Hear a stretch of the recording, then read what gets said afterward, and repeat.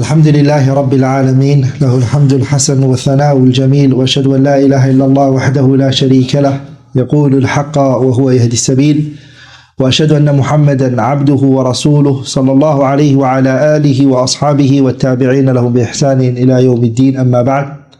I want to first, inshallah ta'ala, extend my gratitude to Masjid Al-Furqan in Manchester for inviting me and having me here, inshallah ta'ala. May Allah subhanahu wa ta'ala bless Sheikh Muhammad Ali, as'alullah yahfadak, and all of you, inshallah ta'ala, who have come today, bi-idhnillahi al-kareem. My brothers and sisters, I want, inshallah ta'ala, as a disclaimer before I start, to, inshallah ta'ala, be forgiven for maybe some tough points I might bring regarding the topic, inshallah ta'ala, that I'm going to share. And my aim is not to offend anyone, nor am I here to offend sisters or brothers. My aim, inshallah ta'ala, is just to share some benefits with you all. And I ask Allah subhanahu wa ta'ala that He makes me from the first of those who follow through with these advices. Barakallahu feekum. Let's, inshallah ta'ala, start. My brothers and sisters, the way I want to go over this topic is I want to mention the common mistakes that people do when it comes to marriage. And I feel, inshallah ta'ala, if we understand the mistakes, then we will, inshallah ta'ala, be able to overcome those mistakes, inshallah ta'ala, and go the right direction. Again, as I said, it doesn't mean all of these are points that I have, mashallah, accomplished, and I'm here to share it with you guys so you guys don't fall into it. I myself, I'm learning as time goes on as well, inshallah ta'ala. So we're going to go through it point by point. It's going to be interaction. I'm going to ask you guys questions if you understood what I said, if it makes sense. If you guys agree or disagree, we'll have a bit of a discussion inshallah ta'ala, so that I know we're all on the same page. Bidnillahi al-kareem. So it's just not going to be a lecture where I talk by myself and that you guys are not involved. So before I start, I want to ask a question.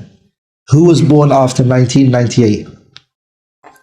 Okay, these are the Gen Zs now. Are you serious, Sheikh? Sheikh, look at that. That number of brothers were born after 1998? Yeah. Wow. MashaAllah, MashaAllah. We have a young generation, Sheikh. Allah barik. Allahu Akbar, Allahu Akbar. So this is like almost 70% of the attendees. Yeah. MashaAllah, Allahu Akbar. Who was born after 1996? And the ones who were in 1998, put your hands up. Almost. I might as well do it, Sheikh. At least I'll be considered as being a young man. Allahu barik.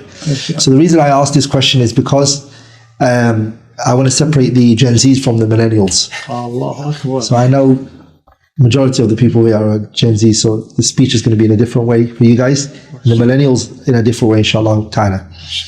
So point number one, inshallah ta'ala. One of the most common mistakes that are done when it comes to marriages is, again, it's not in any chronological order, it's just based on common mistakes.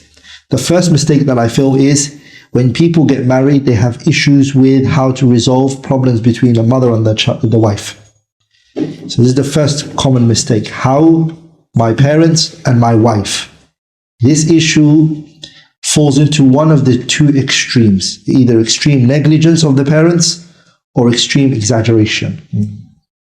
So I want to give, inshallah ta'ala, points of response, or how a person can, inshallah ta'ala, overcome this issue, inshallah ta'ala. Number one, or A, how is it I can bring my parents, my mother and my wife together if there's a conflict? After you got married, you realize your mother is jealous or your wife is jealous and there's some disagreements, pressure.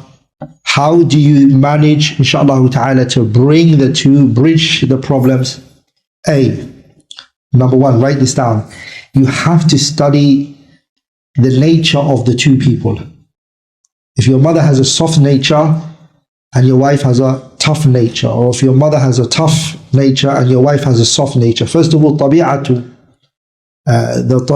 nature of both parties are very important to understand.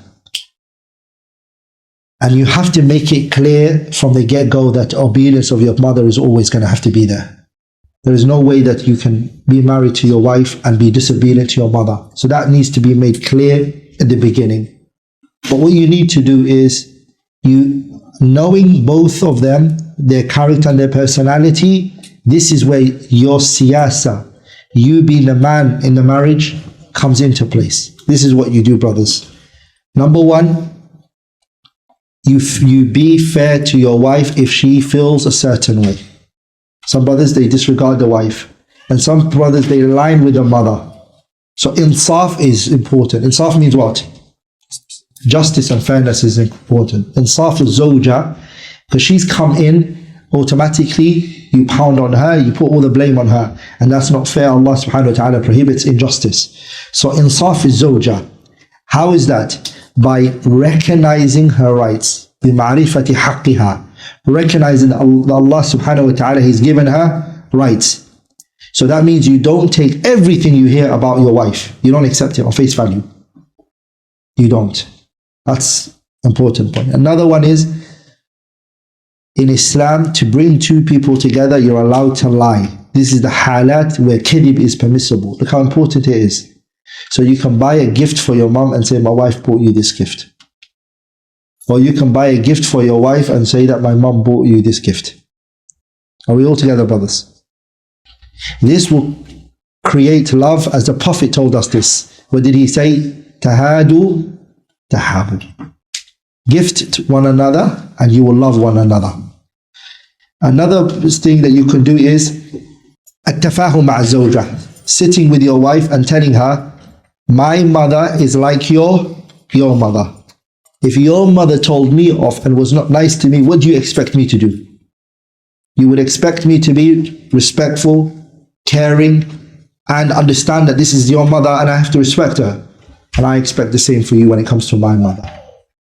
So, I've mentioned how many points in order to solve this problem? 2 points, right? Buying gifts was 1. So 3. First one is understanding the nature of both of them.